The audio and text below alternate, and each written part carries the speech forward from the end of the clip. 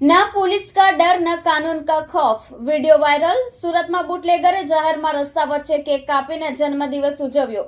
ઉજવણીની રીલ પણ બનાવી। પોલીસે ધરપકડ કરીને માફી મંગાવી।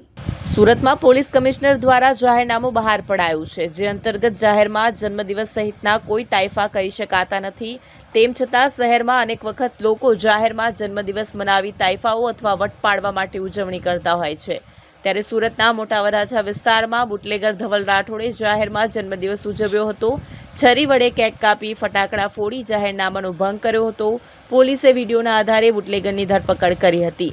રાત્રે કેક કાપી રસ્તો બ્લોક કરીને લોકોને બાનમાં લેવાનો પ્રયત્ન કર્યો। જો કે આટલું ઓછું હોય તેમ એક રીલ પણ બનાવી, જેમાં ના પુલિસ કા ડર હે ન કાનૂન કા ખૌફ જેવો ડાયલોગ પણ મૂકવામાં આવ્યો, જે વિડીયો વાયરલ થયો। અને જો કે ઉત્તરાયણ પોલીસ દ્વારા આ અંગે તાત્કાલિક કાર્યવાહી કરાઈ અને 3 ઇસમોને પકડી પાડ્યા।